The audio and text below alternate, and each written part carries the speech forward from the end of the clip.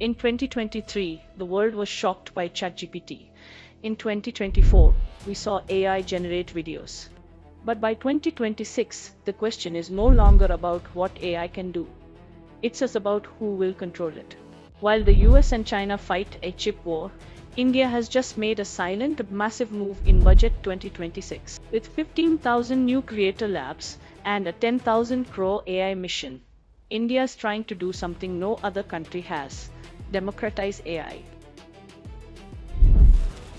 Orange economy. India's animation, visual effects, gaming and comics sector, AVGC sector, is a growing industry projected to require 2 million professionals by 2030. I propose to support the Indian Institute of Creative Technologies, Mumbai, in setting up AVGC content creator labs in 15,000 secondary schools all over the country and 500 colleges. But are we truly ready, or are we walking into a massive unemployment trap? Let's look at the 360-degree reality. To understand 2026, you first need to understand compute capacity. AI doesn't run on thin air, it runs on GPUs, specialized chips mostly made by one company, NVIDIA. The problem: 80% of the world's AI power is currently concentrated in the hands of 3 or 4 global north companies. The Indian response: in today's budget, the government accelerated the India AI mission.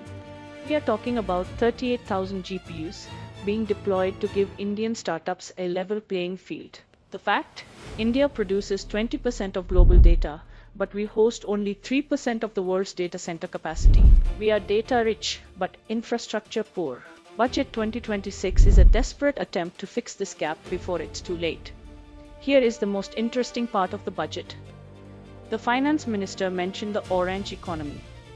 This isn't just a fancy word, it's a shift in how India views jobs. With 15,000 AI and content creator labs being set up in schools, the government is betting that by 2026, an Indian teenager in a Tier 3 city can compete with a designer in New York. But here is the catch: the employability gap. While we have the talent, reports show that less than 25% of our graduates are actually job ready for advanced AI roles. Are we creating a workforce of experts or just people who know how to use a prompt? Unlike the West, India isn't trying to build just another English chatbot. We are building sovereign AI. Look at Bhashini. It's an AI tool that allows a farmer in Odisha to talk to a doctor in Mumbai with real-time translation in local languages. This is where India is winning. By focusing on applied AI that solves real problems like healthcare and agriculture, India is creating a model that the entire global south can follow. But let's be honest, the Economic Survey 2026 issued a warning: the IT sector is at risk. For decades, India was the back office of the world because of cheap labor. But if an AI bot can code 10 times faster than a human for 1/100th of the cost, what happens to the millions of IT employees? The budget talks about reskilling, but history shows that technology usually moves faster than government classrooms. If we don't pace this right, we might face a jobless growth scenario. So, is India ready for 2026? On paper, yes. We have the data, the mission, and the young population. But the real test isn't in the 10,000 crore budget. It's in the execution. Can we build our own chips?